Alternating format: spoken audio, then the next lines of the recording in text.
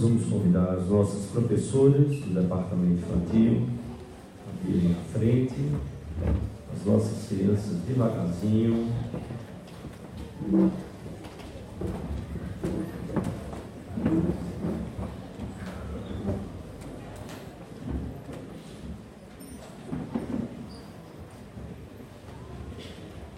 As cadeiras podem permanecer aí, não tem problema.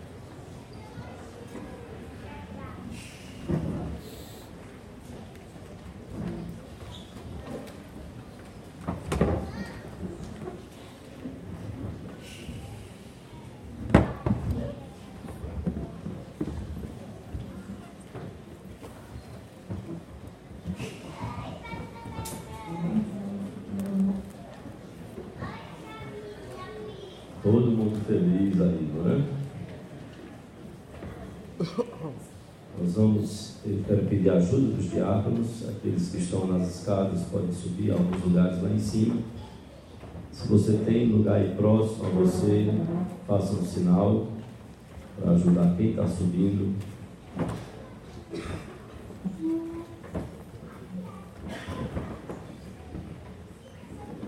Irmãos que estão aí fora, nas laterais. Nós vamos orar, depois nós vamos acomodar.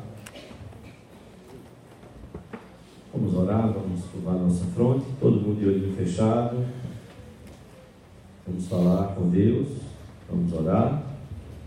Todo mundo de olho fechado, silêncio. Silêncio. Vamos orar. Senhor Deus, nós te agradecemos, Pai, pela bênção de estarmos reunidos nesta noite.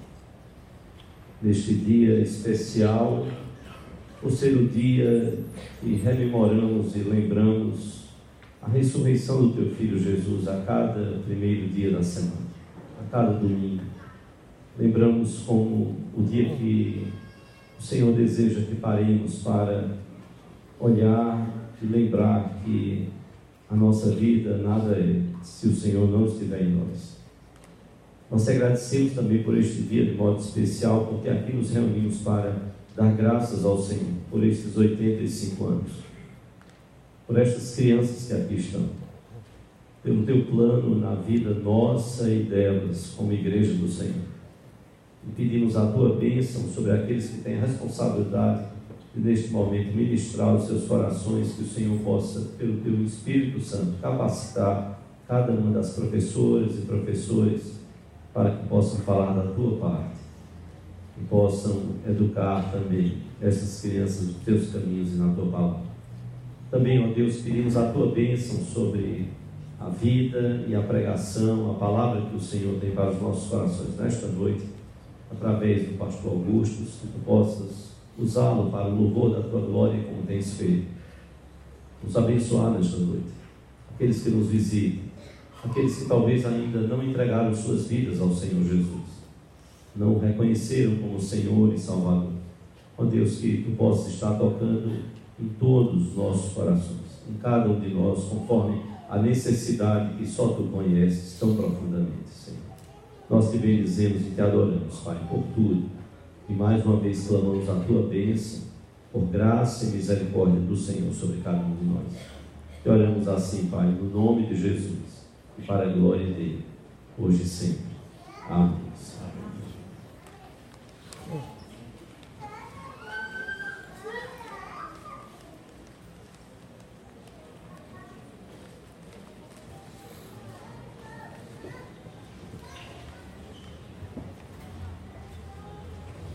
Você tem algum lugar aí perto de você que está vago? Eu queria que você levante uma das mãos. Lá em cima tem lugar. Aqui embaixo há algum lugar perto de você que está vago. Por favor, levante uma das mãos. Aqui na frente. Vou pedir a ajuda dos nossos diáconos. Os nossos diáconos para localizar essas pessoas. Quem está com lugar vago, algum banco aí com lugar vago, por favor, levante uma das mãos. Se tiver algum lugar lá atrás, a gente tentar acomodar. Ainda cabem cadeiras aqui, é isso que eu estou dizendo, tem espaços, tanto aqui na porta aqui. Vamos aproveitar esse espaço para que ninguém fique em pé.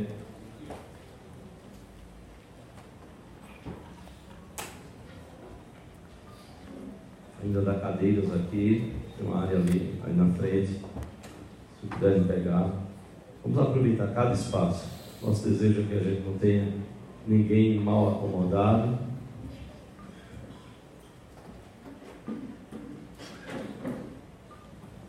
Onde couber uma cadeirinha, coloque aí para a gente.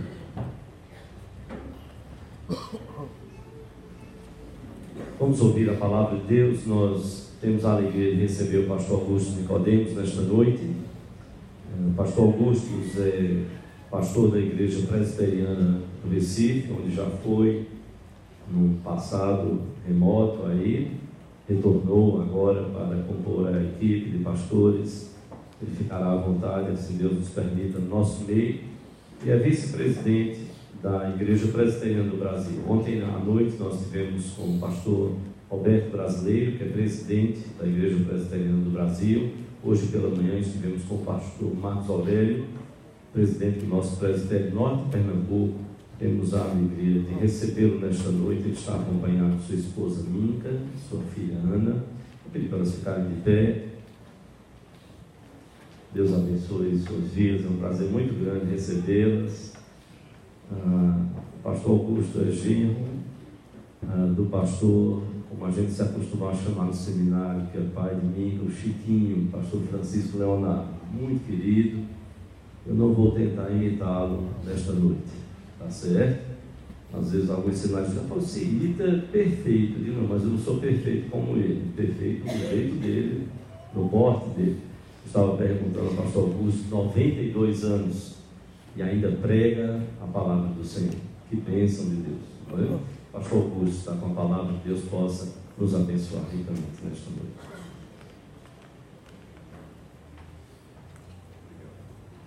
Queridos irmãos, eu quero saudar a todos com a paz do Senhor Jesus. Amém. E agradecer de coração a oportunidade de participar desse culto a Deus, em que nós rendemos graças por 85 anos dessa igreja. Já estive aqui pregando em tempos passados, portanto para mim é uma alegria retornar e a essa casa conhecida, rever alguns irmãos e amigos, conhecer outros e juntos cultuarmos a Deus por tudo que Ele nos tem feito. Hoje à noite eu queria fazer uma exposição de João capítulo 14, de 1 a 14, e ver de que maneira Jesus confortou os seus discípulos na noite em que ele foi traído. E nós vamos ver que uma das maneiras foi encorajá-los a continuar a obra dele. E essa é a razão da existência da igreja. Se essa igreja existe, é porque um dia o Senhor Jesus encarregou os seus discípulos de continuarem aquilo que ele havia começado. Mas tudo tem origem naquela noite em que ele foi traído, quando ele no cenáculo se dirige aos seus com o objetivo de confortá-los. Vamos ver então capítulo 14 do Evangelho de João, do verso 1 até o verso 14. Palavras do Senhor Jesus. Não se turbe o vosso coração. Credes em Deus, crede também em mim. Na casa de meu pai há muitas moradas. Se assim não fora, eu vos teria dito, pois vou preparar-vos lugar. E quando eu for e vos preparar lugar, voltarei e vos receberei para mim mesmo, para que onde eu estou, estejais vós também. E vós sabeis o caminho para onde vou. Disse-lhe Tomé, Senhor, não sabemos para onde vais. Como saber o caminho? Respondeu-lhe Jesus, eu sou o caminho e a verdade e a vida. Ninguém vem ao Pai senão por mim. Se vós me tivesses conhecido, conhecerias também a meu Pai. Desde agora o conheceis e o tendes visto. Replicou-lhe Filipe, Senhor, mostra-nos o Pai, e isso nos basta. Disse-lhe Jesus, Filipe, há tanto tempo estou convosco e não me tens conhecido? Quem me vê a mim, vê o Pai. Como dizes tu, mostra-nos o Pai? Não crees que eu estou no Pai e que o Pai está em mim? As palavras que eu vos digo, não as digo por mim mesmo, mas o Pai que permanece em mim faz as suas obras. Crede-me que estou no Pai e o Pai em mim. Crede ao menos por causa das mesmas obras. Em verdade vos digo que aquele que crê em mim fará também as obras que eu faço, e outras maiores fará, porque eu vou para junto do Pai. E tudo quanto pedirdes em meu nome, isso farei, a fim de que o Pai seja glorificado no Filho. Se me pedires alguma coisa em meu nome, eu farei. Até aqui essas palavras bem conhecidas do Senhor Jesus, tão cheias de significado e de conforto e de orientação para nós. Nós vamos orar mais uma vez, pedindo que o Espírito de Deus nos conduza na compreensão e no significado dessas palavras e na sua aplicação para nossas vidas. Estamos diante de Ti, Senhor, diante da Tua revelação escrita, diante das palavras do Teu Filho. Nós queremos compreender o significado delas e de que maneira elas se aplicam a nós. Te agradecemos pelos 85 anos dessa querida e amada igreja, que tem continuado a obra que o Senhor começou. Nós pedimos que a exposição que faremos nos confirme isso e que console o nosso coração e nos encoraje a prosseguir. Por amor de Jesus, nosso Salvador. Amém. Essas palavras de Jesus foram ditas na noite em que ele foi traído.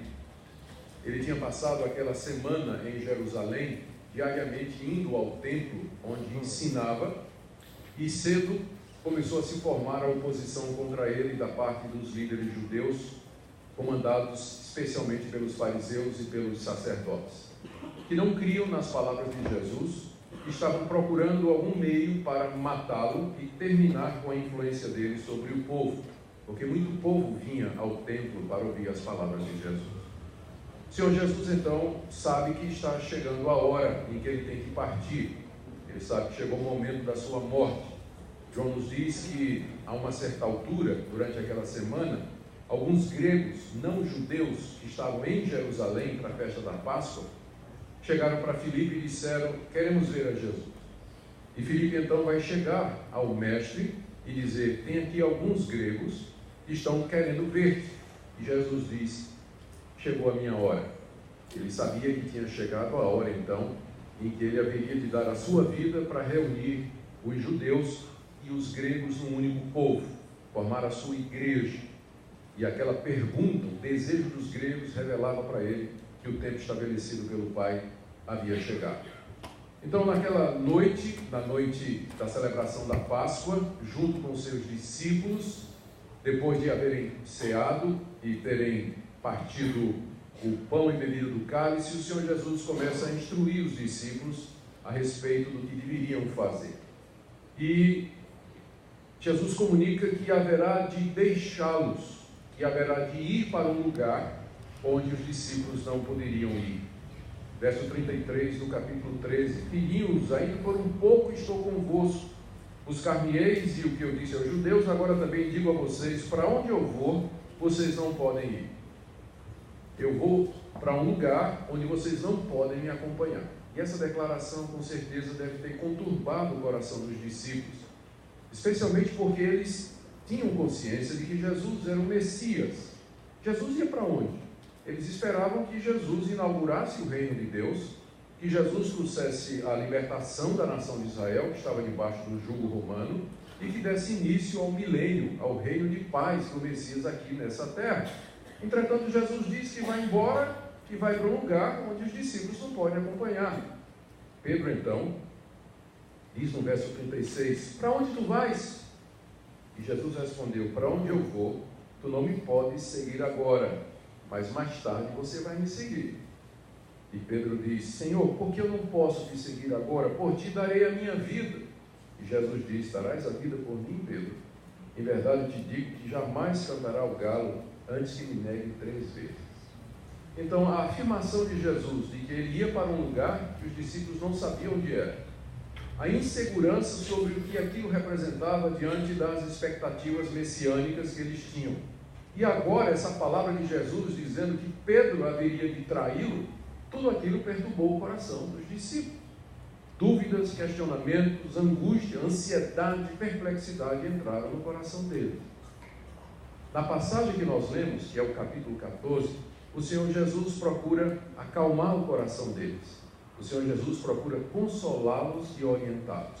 E eu vou destacar aqui 5 coisas que o Senhor Jesus disse aos discípulos, com esse propósito de confortá-los diante da perspectiva da sua partida e das dificuldades que eles haveriam de enfrentar.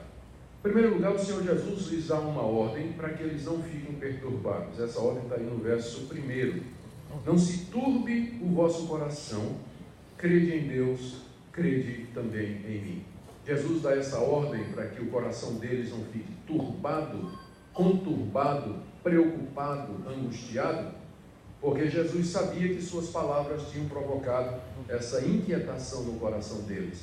Mas agora o Senhor Jesus diz: não deixe que essas coisas que eu falei perturbem o coração de vocês. Não, que isso não tire a paz de vocês. E Ele dá uma razão para isso. Vocês têm que crer vocês creem em Deus, final do verso 1, e vocês creiam também em mim. Ou seja, creiam que o Pai não vai abandonar vocês, e da mesma forma eu também não abandonarei. Da mesma forma que vocês confiam em Deus, o Pai, vocês também devem confiar em mim. Creiam em mim da mesma maneira que vocês creem no Pai. Ao fazer isso, Jesus estava se oferecendo como objeto da fé dos seus discípulos, o que significa dizer que Ele sabe que Ele é Deus e que Ele se coloca diante dos discípulos como aquele em quem os discípulos deveriam confiar. Isso aqui é alguma coisa que nenhum líder religioso jamais teria feito, a não ser que tivesse consciência da sua divindade. Imagine então que eu chegasse para vocês, ou o pastor Petrônio, ou qualquer outro pastor, e dissesse assim: da mesma forma que vocês creem em Deus, vocês têm que crer em mim. É muita arrogância, não é? É muita arrogância. Da mesma forma que vocês creem em Deus, vocês têm que crer em mim. Da mesma forma que vocês confiam em Deus, vocês têm que confiar em mim. Ou Jesus era um arrogante, mentiroso, pretensioso e falso profeta, ou ele era Deus, para poder dizer isso para os discípulos: vocês creem em Deus, creiam em mim da mesma maneira que vocês creem em Deus. Por isso o coração de vocês não deve ficar perturbado com essas coisas, porque assim como o Pai vai cuidar de vocês, eu também cuidarei de vocês. Em seguida, Jesus dá razão para que eles não se perturbem e para que confiem em Deus e nele mesmo, que está aí no verso 2 a 3. Jesus fala: na casa de meu Pai, primeiro ele diz no verso 1, não se perturbe o coração de vocês. Aí agora no verso 2, na casa de meu Pai há muitas moradas. Se não fosse assim, eu teria dito para vocês. Mas eu estou indo preparar lugar, e quando eu preparar lugar, eu voltarei e receberei vocês para mim mesmo, para que onde eu estou, estejais vós também. Aqui o Senhor Jesus explica para onde ele está indo, porque ele disse: eu vou para um lugar que vocês não podem ir. E Pedro disse: mas eu vou de qualquer jeito. Você vai, Pedro? Você vai me trair. Você não vai, não. Eu estou indo para a casa do meu Pai. Na casa de meu Pai há muitas moradas. A casa do Pai aqui é o local onde Deus habita, é o reino de Deus, onde Deus reina supremo sobre todas as coisas, onde estão os santos que já morreram, morreram em Cristo Jesus, onde estão os anjos, onde Deus está sentado no trono do universo, e hoje onde já o Senhor Jesus se encontra à sua direita. É chamado da casa do Pai, aqui Jesus chama da casa do Pai, em contraste com o templo de Jerusalém, de onde Jesus e os discípulos estavam sendo expulsos. É como se ele dissesse: embora os judeus estejam nos expulsando do templo, que eles acham que é a casa do Pai, na verdade, eu estou indo para a verdadeira casa do Pai, onde há muitas moradas. Jesus aqui não está se referindo ao céu, para onde a gente vai depois da morte. Ele está se referindo ao novo céu e à nova terra, onde habita a justiça. Está se referindo ao estado final de felicidade que Jesus prometeu aos seus discípulos, e que na Bíblia é chamada, como eu disse, de novo céu e da nova terra. Jesus acrescenta que lá tem muitas moradas, como que para dizer aos discípulos: ainda que vocês sejam expulsos aqui das suas casas pela perseguição que virá sobre vocês, ainda assim vocês têm um lugar no reino de Deus que está preparado para vocês. Se não fosse assim, eu teria dito. Jesus professa a sua honestidade e transparência diante dos discípulos, e aí ele diz: eu vou preparar-vos lugar. Essa expressão tem sido mal interpretada pelos evangélicos, porque geralmente os evangélicos entendem da seguinte maneira: que depois que Jesus morreu, ele começou um trabalho de carpinteiro e pedreiro no céu, preparando casa para todo mundo quando morrer, ter um apartamentozinho. É isso que a ideia que as pessoas têm, que Jesus está agora lá no céu, né, preparando um condomínio, e onde tem um apartamento que está reservado para você. É claro que não é isso que ele está dizendo aqui, quando ele diz que vai preparar lugar, porque, como em outro lugar se declara, no livro de Hebreus, as obras do reino de Deus já estão prontas antes da fundação do mundo. Jesus não está engajado agora no trabalho de carpintaria ou de pedreiro. Quando ele diz, eu vou preparar os lugares, está se referindo à sua morte e à sua ressurreição, porque é dessa maneira que ele ia abrir a entrada para a casa do Pai. Os discípulos não poderiam ir exatamente por isso, por conta do pecado que impedia que fossem à presença de Deus. Mas agora Jesus ia para a cruz, ia derramar o seu sangue, ia derramar o sangue que haveria de fazer propiciação e pagamento pelos pecados, e depois da morte de Jesus e da sua ressurreição, quando ele entra na presença de Deus, ele abre o caminho. Foi por isso que o véu se rasgou. A porta de entrada para o reino de Deus, ela foi rasgada, foi aberta pelo sangue de Cristo e pela sua morte. É isso que ele quer dizer quando ele diz, eu vou preparar lugar, eu vou abrir o caminho para vocês, porque vocês não podem ir aonde eu vou agora. Era isso que Pedro não entendeu.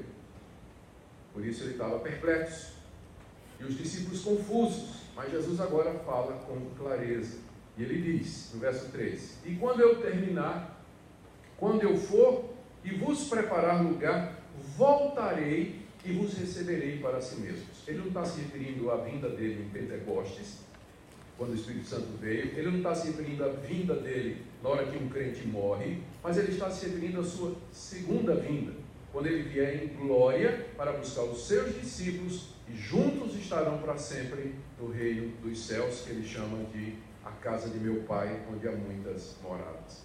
É assim que Jesus nos consola, em contraste com a rejeição dos homens, em contraste com as dificuldades que eles enfrentariam. Jesus lhes aponta o reino celestial, o reino futuro, o reino milenar do Senhor Jesus Cristo, onde, juntamente com ele, viveriam para todo sempre na presença do Pai. Note que o que torna a morada, o que torna a casa do Pai desejável, é a presença de Jesus. Ele diz assim, eu vos receberei para mim mesmo, para que onde eu estou, estejais vós também. Sem Jesus não há glória, sem Jesus não há céu, sem Jesus não há reino eterno, nada. O que nos espera, e esse é o grande consolo do crente, é viver com o Senhor Jesus para todo sempre. Onde Ele estiver, nós estaremos também. Por isso, era isso que Pedro queria. Senhor, onde o Senhor for, eu vou. Aí Jesus disse, eu sei, você quer isso. Agora você vai me trair, mas depois você vai me acompanhar. Primeiro, eu tenho que abrir o caminho, pela minha morte, pela minha ressurreição. Nisso você não pode me acompanhar. Mas quando eu terminar, eu virei e estarei com vocês para todo sempre. Então o Senhor Jesus os consola, explicando a presença ou a existência da casa do Pai, e onde também há muitas moradas. Em terceiro lugar, o Senhor Jesus lhes fala a respeito do caminho para a casa do Pai. Primeiro ele disse, não se perturbe o coração, vocês têm que crer em Deus, vocês têm que crer em mim como vocês creem em Deus. Segundo ele disse, eu vou preparar lugar para vocês na casa do Pai, e voltarei e estarei com vocês para todo sempre. Em terceiro lugar, o Senhor Jesus explica qual o caminho, verso 4 até o verso 7. Ele começa assumindo demais sobre os discípulos, mas aqui eu creio que é intencional. Ele diz assim, vocês sabem o caminho para onde eu vou. A essa altura, Jesus esperaria, naturalmente, que os discípulos, depois de 3 anos andando com ele, ouvindo as palavras dele, vendo as suas obras, já tivessem alguma noção de que ele teria que morrer pelos pecados, ressuscitar ao terceiro dia e subir em glória. Por isso ele disse, vocês sabem o caminho para onde eu vou. Mas aí, surpresa, Tomé, que sempre foi muito sincero, incrédulo, mas sincero, ele diz no verso 5, Senhor, eu não tenho a menor ideia do que é que o Senhor está falando. Não sabemos para onde vais. Casa do Pai? Como assim? Nós não sabemos para onde vais. Como saber o caminho? Como é que eu posso saber o caminho de um lugar que eu não sei onde está? E Tomé expressa dessa maneira a perplexidade, a dúvida e a confusão que havia no coração dos discípulos de Jesus a essa altura, depois de 3 anos. de convivência com Jesus. Vocês sabem o caminho para onde eu vou? Não sabem? Não, Senhor. Eu não sei não. Eu não sei para onde o Senhor vai. Eu também não sei o caminho. Responde Tomé com toda a sinceridade do seu coração. Isso Jesus, creio, fez de propósito para trazer essa que é uma das passagens mais conhecidas do Novo Testamento. Ele responde a Tomé: eu sou o caminho, Tomé, eu sou a verdade e eu sou a vida. Ninguém vem ao Pai senão por mim. O caminho para a casa do Pai, Tomé, sou eu. Será a minha morte, será o meu sacrifício na cruz, a minha ressurreição. O caminho para a casa do meu Pai é a verdade que eu tenho ensinado a vocês há 3 anos. O caminho para a casa de meu Pai é a vida que eu trarei a vocês, a vida eterna que vocês têm em meu nome, porque ninguém vem ao Pai senão por mim. Com essas palavras, Jesus excluiu qualquer outro sistema ou ideia ou mediação que se proponha a levar os discípulos até Deus. Havia os fariseus que ensinavam que a pessoa era salva, ela iria morar com Deus se guardasse as obras da lei de Moisés. E os fariseus, além da lei de Moisés, haviam acrescentado regras e normas, e estatutos e mandamentos baseados na sua tradição, de maneira que um fardo enorme e pesado havia sido colocado sobre o povo de Deus na época de Jesus, a ponto de Jesus dizer que Israel era como um rebanho, ovelhas que não tinham um pastor. Mas agora o Senhor Jesus Cristo se apresenta dizendo que é através dele, do que ele ensinou, que os discípulos haveriam de receber a vida. Ele que morreria na cruz, derramaria o seu sangue por eles, abrindo a porta para a morada nos céus. E com isso Jesus excluía o legalismo farisaico, que ensinava a salvação por obras e pelo mérito humano. Não é por obras, não é pelo que alguém faz, não é por rituais, não é por campanha, não é por propósito, não é por usos e costumes, não é por isso ou aquilo, mas eu sou o caminho, eu sou o caminho verdadeiro, eu sou o caminho verdadeiro que leva à vida, e não há nenhuma outra maneira de se chegar ao Pai.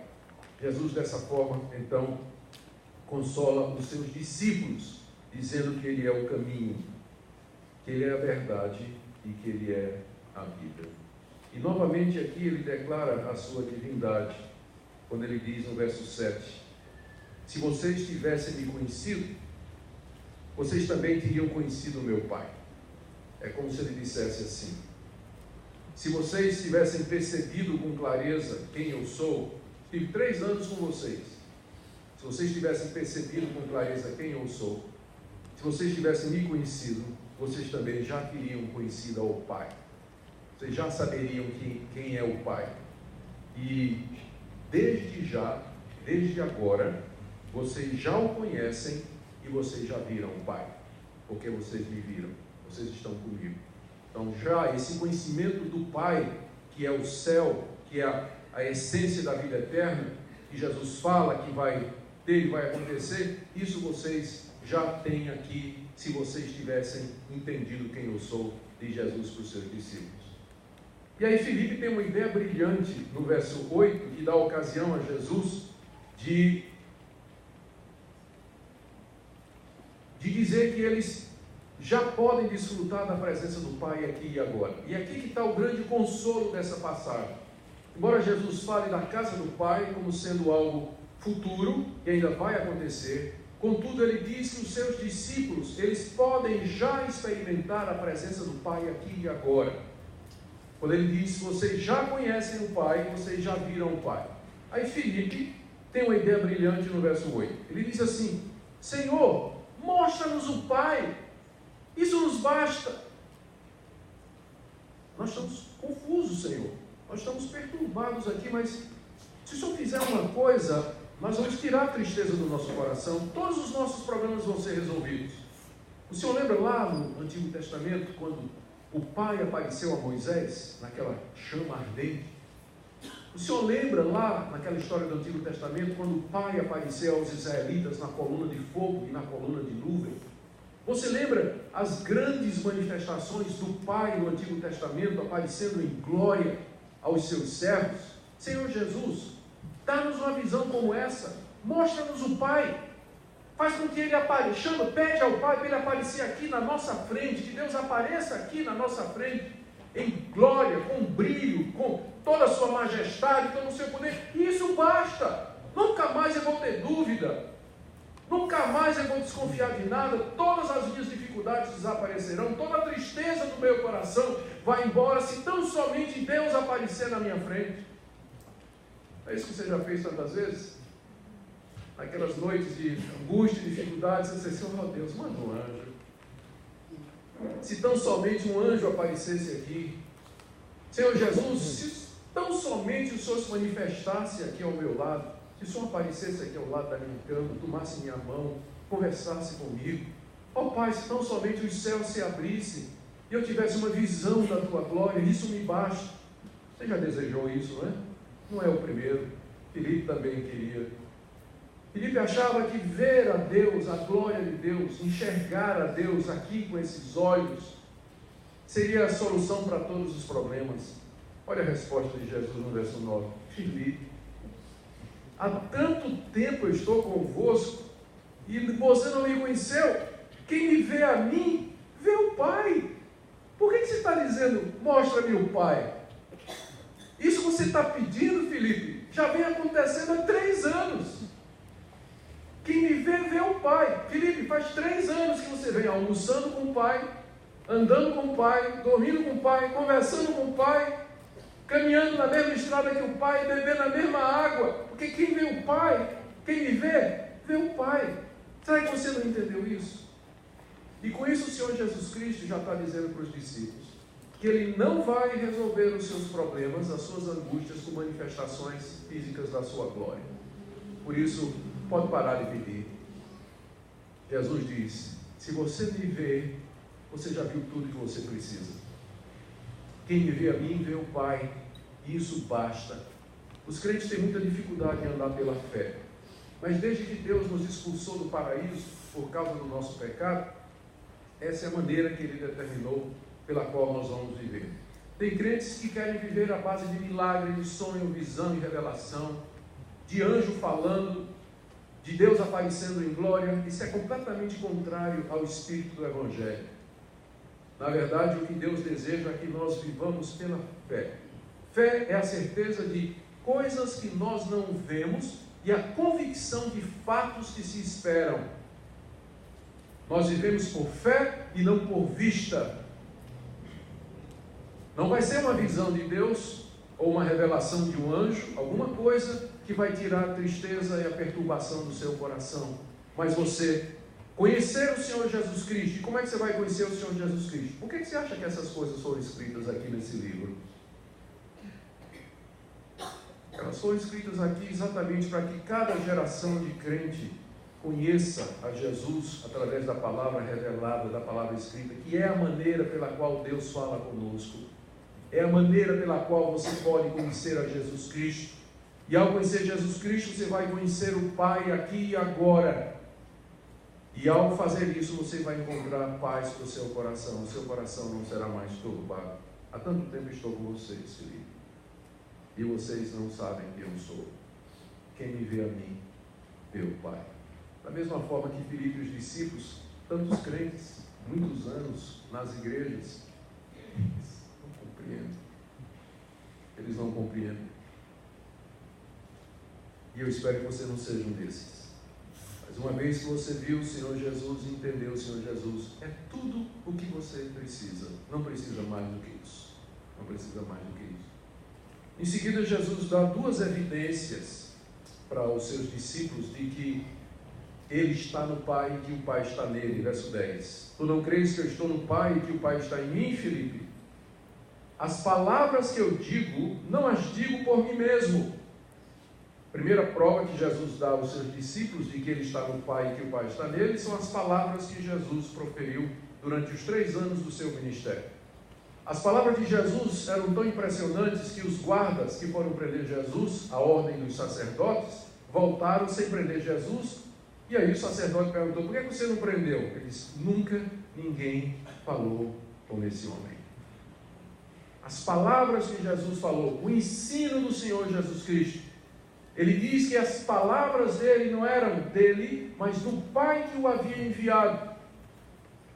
O discurso de Jesus, o seu ensino, era a evidência de que ele estava no Pai e que o Pai estava nele. Mas agora Jesus tem uma outra evidência para dar também aos seus discípulos, final do verso 10. O Pai que permanece em mim faz as suas obras.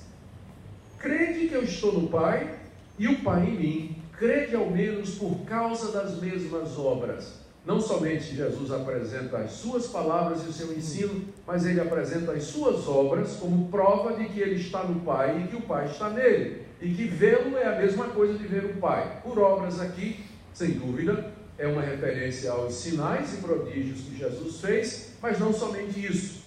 Se refere ao seu amor pelas pessoas, ao cuidado que ele tinha pelos seus discípulos, a fidelidade e o compromisso que ele tinha em fazer a vontade de Deus aqui nesse mundo. Ele viveu de maneira perfeita e absoluta aqui, amando o Pai acima de todas as coisas, ao próximo como a si mesmo, cumprindo toda a lei. E ele apresenta isso, a minha vida, a minha conduta, a maneira que eu vivi entre vocês. Vocês compartilharam a minha vida durante 3 anos, vocês viram algum pecado em mim? Vocês viram algum erro em mim? Quem me convence de pecado entre vocês? As obras que eu faço, elas provam que o Pai está em mim e que eu estou no Pai. Ele termina dizendo isso, invocando o seu ensino e a sua vida como base para a afirmação de que ver a Jesus, conhecer a Jesus, é conhecer a Deus e ver a Deus. Isso nos basta, isso deveria consolar o nosso coração. Ele termina, em 5º lugar, encorajando os discípulos a continuar o seu ministério a partir do momento em que ele vai para o Pai. Verso 12: em verdade vos digo, que aquele que crê em mim fará também as obras que eu faço, e outras maiores fará, porque eu vou para junto do Pai. E tudo quanto pedirdes em meu nome, isso farei, a fim de que o Pai seja glorificado no Filho. Se me pedirdes alguma coisa em meu nome, eu farei. Aqui o Senhor Jesus está encorajando os discípulos a continuar a fazer as obras que ele tinha feito e que ele já tinha apresentado como evidência de que ele estava no Pai e que o Pai estava nele. Ele faz essa afirmação extraordinária para os seus discípulos. No verso 12, que aquele que cresce nele, e a referência aqui é aos seus discípulos, aquele que cresce nele, da forma como ele vem dizendo até agora, que ele está no Pai, que ele é o caminho, a verdade e a vida, que ninguém vai ao Pai senão por ele. Quem cresce nele nesses termos, porque tem muita gente que crê num outro Jesus que não é o Jesus da Bíblia. Brasileiro, 90% dos brasileiros creem em Deus. Se você fizer uma enquete em qualquer lugar, se a pessoa crê em Jesus Cristo, todo mundo vai dizer que crê em Jesus Cristo, talvez 10% dos brasileiros digam que não.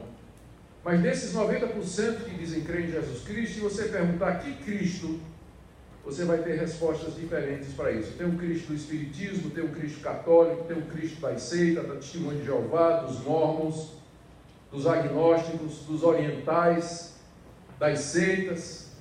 Mas o Cristo, em cuja pessoa nós temos de crer para sermos salvos e fazer as obras que ele fez, é esse que se revela aqui dizendo que ele é Deus, que ele veio da parte de Deus, que ele morreria para abrir o caminho para Deus.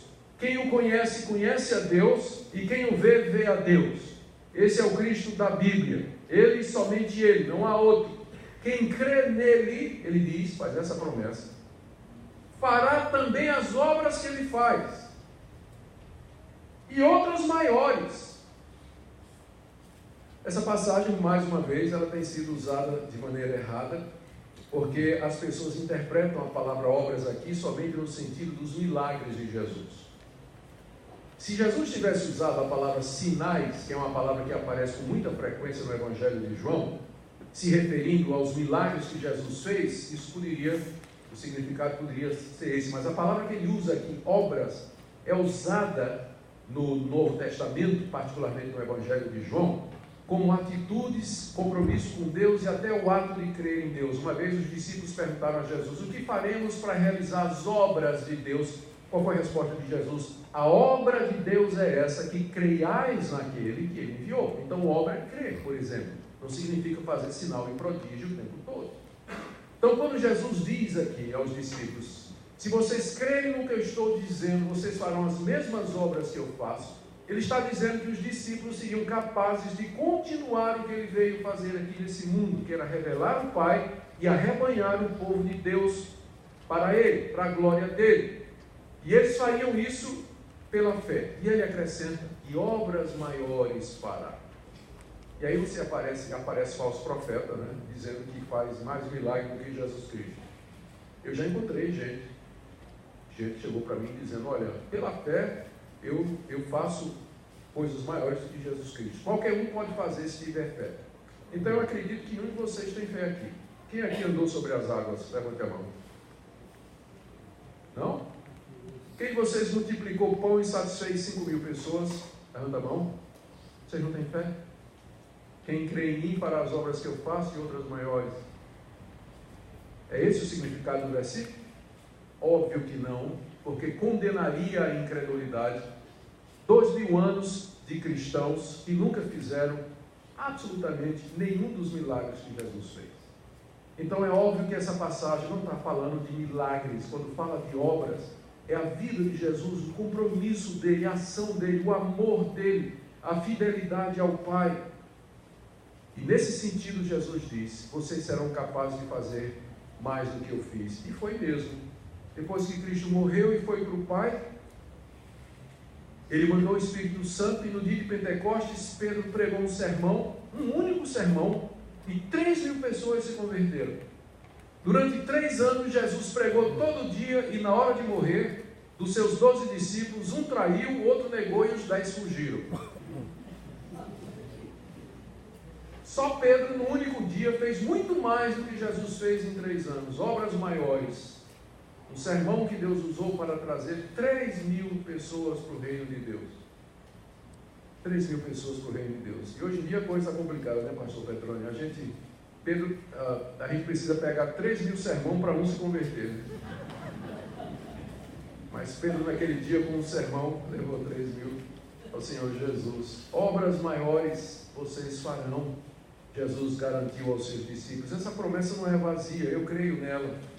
Eu creio que é isso que a igreja cristã tem feito desde a ressurreição do Senhor Jesus e o dia de Pentecostes.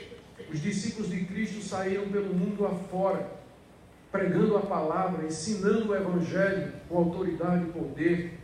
Sem dúvida, houve sinais, houve prodígios. Deus pode fazer a mesma coisa hoje, lembrando que esse não é o foco, mas a vida de Cristo, as obras que Ele realizou como sendo um paradigma da vida da igreja e da sua missão. E Ele dá 2 motivos pelos quais as obras que a igreja faria depois da sua morte seriam maiores do que as obras que Ele fez enquanto Ele estava aqui durante os 3 anos do seu ministério terreno. A primeira razão está no final do verso 12. Eu vou ler o verso 12 todo para ficar mais claro. Em verdade vos digo que aquele que crê em mim fará também as obras que eu faço e outras maiores fará, porque eu vou para junto do Pai. Então essa é a razão pela qual as obras que a igreja faria seriam maiores do que as obras de Cristo. Porque Cristo, enquanto estava aqui nesse mundo, Ele estava no estado de humilhação. Ele estava encarnado, Ele se tornou homem, assumiu a natureza humana com as suas limitações. Mas quando Ele foi para o Pai, Ele foi no seu corpo ressurreto, glorioso, Ele foi exaltado à direita de Deus e tem todo o poder no céu e na terra. E agora, através da igreja, Ele age no mundo. Então, porque agora Ele está junto ao Pai, as obras que Ele faz através dos seus discípulos são maiores do que aquelas que Ele fazia durante o tempo da encarnação, durante 3 anos. Porque Ele está junto ao Pai, Ele está exaltado e glorificado à direita do Pai. Por isso que as obras que Ele faz agora, Jesus continua agindo através da sua igreja, por isso que essas obras são maiores. Mas a segunda razão que Ele dá aqui é no verso 13, de que essas obras seriam maiores. Tudo quanto pedirdes em meu nome, isso farei, a fim de que o Pai seja glorificado no Filho. Se me pedirdes alguma coisa em meu nome, eu farei. Com isso aqui o Senhor Jesus Cristo diz de que maneira essas obras serão maiores, através das orações do povo de Deus em nome de Jesus. Se vocês pedirem alguma coisa, isso aqui não é um cheque em branco não, do tipo assim, você vai chegar em casa e vai dizer: Senhor, tu dissesse que se eu pedir alguma coisa, o Senhor faria. Então eu quero trocar meu carro, eu quero um carro do ano, eu quero mudar de apartamento para uma casa melhor. Isso aqui não é um cheque em branco para você preencher com os seus desejos. Você tem que ler no contexto. Quando Jesus disse: tudo quanto pedirdes em meu nome, e se pedirdes alguma coisa, ele se refere a essas coisas que ele tinha dito que nós haveríamos de fazer para a glória do Pai, para a extensão do reino, continuando a obra dele. O que você pedir ao Senhor Jesus, que contribua para a glória do Pai, para o crescimento da igreja, e para continuar as obras de Cristo aqui nesse mundo, a igreja pode ter certeza de que Cristo fará. Se a igreja se reunir e buscar a Deus, dizendo: nós queremos servir-te e continuar a tua obra, a promessa de Deus, a promessa de Cristo aqui, é que Ele vai fazer estas coisas e que a igreja haverá de continuar. Essa igreja está aqui hoje exatamente porque isso aqui é verdade. Isso aqui foi dito há 2000 anos. Há 2000 anos atrás, e os discípulos de Jesus creram nele, e pelo poder do Cristo ressurreto, espalharam o Evangelho pelo mundo, que chegou ao Brasil, que chegou no Nordeste, que chegou em Recife, que chegou na Encruzilhada. Tudo isso é resultado daquelas promessas que o Senhor Jesus fez naquela noite em que ele foi traído. Seus discípulos conturbados, angustiados, ele disse: creia em mim como você crê no Pai, eu não vou desamparar vocês. Segundo, aonde eu vou, vocês não podem ir agora. Eu vou preparar lugar para vocês na morada, na casa do Pai, onde tem muitas moradas, e quando eu fizer isso, eu venho buscar vocês, para vocês estarem comigo sempre, com os olhos do seu coração. E vocês sabem o caminho para onde eu vou. Eu sou esse caminho, e não há outro caminho. E se vocês já tivessem me conhecido, vocês conheceriam essa verdade, o Pai. E vocês não precisam pedir para o Pai aparecer diante de vocês, porque vocês já me conhecem, e se vocês me conhecem, vocês conhecem o Pai. E se vocês crerem em mim, nas minhas palavras, essas coisas que eu tenho feito esses 3 anos entre vocês, vocês continuarão a fazer, e em maior quantidade e maior intensidade, porque lá no céu, para onde eu vou, na glória, eu estarei mandando o Espírito Santo com poder e autoridade, para que tudo que vocês peçam ao Pai, em meu nome, Ele conceda, para que a igreja continue. O resultado: 85 anos de existência dessa igreja. Tudo isso é a ação do Cristo ressurreto pelo Espírito Santo agindo em nosso meio. Eu quero terminar então, em primeiro lugar, trazendo uma palavra de consolo para você que está sofrendo nessa noite. Talvez você tenha buscado conforto e alívio para as dores do seu coração em remédios outros que não esse que é colocado aqui. A palavra de Deus nos consola, nos apresentando o que Deus preparou para nós. A esperança que nos é dada sempre é futura. Por outro lado, você também pode ser consolado sabendo que aqui e agora você já pode desfrutar da presença do Pai e da comunhão com o Pai, se preparando para viver com Ele para todo sempre, quando o Senhor Jesus Cristo vier. E você faz isso mediante o conhecimento de Cristo, porque Ele é o caminho, a verdade e a vida. Ninguém vai ao Pai senão por Ele. Para isso você tem que estudar sua Bíblia, você tem que ler sua Bíblia, tirar tempo para buscar a Deus em oração, em comunhão, participar dos eventos do povo de Deus, estar em comunidade, instruir-se mutuamente, orar uns pelos outros, para que seja uma comunidade viva com a presença do Cristo ressurreto e exaltado. Isso traz paz e tranquilidade ao coração. A minha segunda palavra é para você que talvez esteja aqui nessa noite e que ainda não compreendeu quem é Jesus Cristo e o que é que Ele veio fazer aqui. Ele veio exatamente enviado do Pai para reunir o povo que Deus amou e escolheu antes da fundação do mundo. Para reunir esse povo pelo perdão dos seus pecados, morrendo na cruz, para abrir o caminho para a morada celestial para esse povo na eternidade. Ele nos diz aqui que se você crer nisso, se você de fato acreditar nisso, você então será capaz de experimentar estas coisas maravilhosas que Ele veio trazer aqui. Minha terceira palavra é para você que talvez foi ensinado a depender do visual e do auditivo no meio evangélico. Tem falsos pastores, falsos profetas que ensinam isso. E se não tiver sobrenatural, então Deus não está presente. Deus só está presente no sobrenatural. Coitado de Filipe então, né? Levou um não na cara de Jesus. Levou um não na cara. Talvez você aprendeu isso. A buscar visões, sonhos, revelações, aparição de anjo, ouvir vozes ou coisas dessa natureza. Espero que hoje à noite você seja curado disso. Não é dessa maneira que Deus pretende nos orientar ou pretende nos consolar aqui nesse mundo. Jesus poderia perfeitamente ter atendido o pedido de Filipe, mas isso seria induzir Filipe ao erro, porque da próxima vez que Filipe ficasse angustiado, o que ele ia dizer de novo? Eu quero outra visão do Pai. E depois, eu quero outra visão do Pai, eu quero outro. E aí criaria crentes dependentes dos sentidos. Existe uma vida superior a isso, que é viver pela fé. A fé nos capacita a enfrentar as dificuldades e os momentos de angústia, sem que nós tenhamos que recorrer a esses auxílios. Se você crê no Senhor Jesus e conhece o Senhor Jesus pela palavra, você já tem tudo o que você precisa. E a minha última palavra é para você que está aqui nessa noite e se pergunta: qual é o meu lugar no reino de Deus? O que é que eu posso fazer para servir a Deus? Qual o propósito da minha vida? Veja o que ele disse aqui: quem crê em mim fará as obras que eu faço, e outras maiores fará, porque eu vou para o meu Pai, e lá eu responderei às suas orações. Dentro das obras de Cristo existe espaço, possibilidade e variedade suficiente para acomodar você com seus dons, seus talentos, suas habilidades e suas capacidades.